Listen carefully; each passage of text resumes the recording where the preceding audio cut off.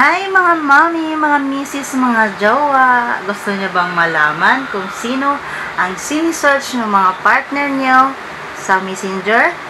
Panoorin niyo ang video ito at mawiwindang kayo. So, ganito lang po yung gagawin niyo ha. I-tap niyo lang po itong Messenger. Tapos yung 3 lines sa kaliwa, sa taas. Tapos itong settings sa kanan. Tapos scroll down. Hanapin niyo po itong account center. I-tap nyo lang po yan. Tapos, i-tap nyo rin itong your information and permission. Tapos itong search history. Kinakabahan ako. Baka may mahuli ako rito. Charon! Tapos, itong main account niya. Ayan. So, hindi ko ine-expect. Kasi ang akala ko, sinisearch niya pa yun.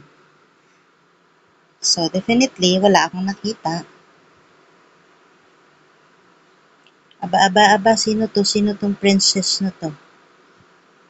So, isi-search natin yan pag out natin dito. So, yan lang po yung gagawin nyo guys ha. Follow nyo na lang po kung paano gagawin. Napakadali lang.